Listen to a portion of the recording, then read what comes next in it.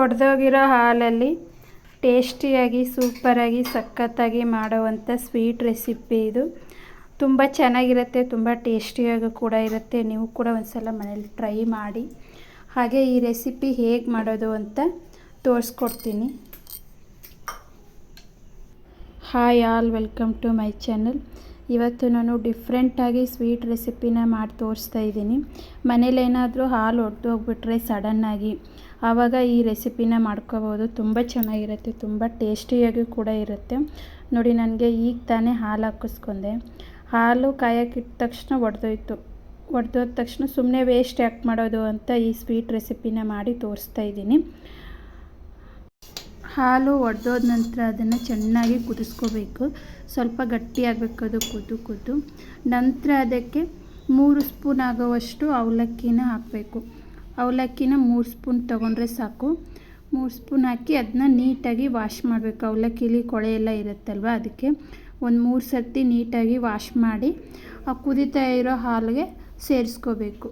ಕುದೀತಾ ಇರೋ ಹಾಲಿಗೆ ಸೇರಿಸಿ ಚೆನ್ನಾಗಿ ಕಲಕ್ಬಿಟ್ಟು ಮಿಕ್ಸ್ ಮಾಡಿ ಅದನ್ನು ಕುದಿಸ್ಬೇಕು. ಚೆನ್ನಾಗಿ ಒಂದು 5ರಿಂದ 10 ನಿಮಿಷ ಚೆನ್ನಾಗಿ ಕುದಿಸ್ಬೇಕು. ಅದು ಕುದೀತಿದ್ದಂಗೆ ನಮಗೆ ಗೊತ್ತಾಗುತ್ತೆ.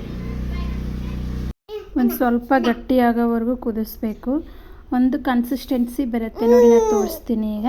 ಈ ಕನ್ಸಿಸ್ಟೆನ್ಸಿಗೆ ಬರಬೇಕು. ಒಂದು ಸ್ವಲ್ಪ ಗಟ್ಟಿ ಆಯಿತು.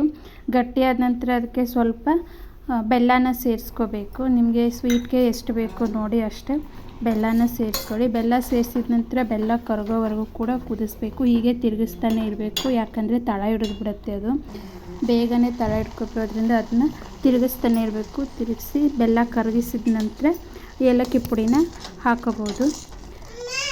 ನೋಡಿ, ಈ ಹದಕ್ಕೆ ಬರಬೇಕು. ಕುದ್ದು ಗಟ್ಟಿಯಾಗೈತೆ.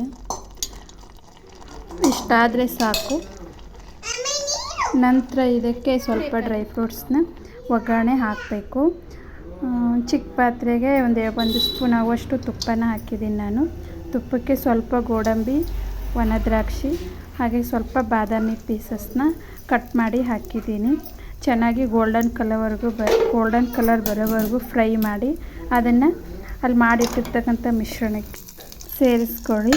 ಸೇರಿಸಿದ ನಂತರ ಅದನ್ನ ನೀಟಾಗಿ ಮಿಕ್ಸ್ ಮಾಡಿ. ನೋಡಿದ್ರಲ್ವ ಎಷ್ಟು ಚೆನ್ನಾಗಿ ಸ್ವೀಟ್ ರೆಸಿಪಿ ರೆಡಿಯಾಗಿದೆ. ಇದಕ್ಕೆ ಒಡೆದಿರೋ ಹಾಲೇ ತೊಗೋಬೇಕು ಅಂತೇನಿಲ್ಲ. ಮಾಡಬೇಕು ಅಂತ ಅನಿಸಿದರೆ ಫ್ರೆಶ್ ಹಾಲನ್ನ ತಂದು ಅದಕ್ಕೆ ಸ್ವಲ್ಪ ವಿನೆಗರ್ ಅಥವಾ 1 ಸ್ಪೂನ್ 2 ಸ್ಪೂನ್ ಆಗುವಷ್ಟು ನಿಂಬೆಹಣ್ಣಿನ ರಸನ ಹಾಕಿ ಪನ್ನೀರ್ ಥರ ತೆಗೆದು ಹಾಗೂ ಕೂಡ ಈ ಥರ ಮಾಡ್ಕೋಬೋದು. ತುಂಬ ಚೆನ್ನಾಗಿರುತ್ತೆ, ತುಂಬ ಟೇಸ್ಟಿಯಾಗಿ ಬರುತ್ತೆ, ಹಾಗೆ ಡಿಫ್ರೆಂಟಾಗಿ ಕೂಡ ಇರುತ್ತೆ. ನೋಡಿ ಎಷ್ಟು ಚೆನ್ನಾಗಿ ಬಂದಿದೆ ಅಂತ.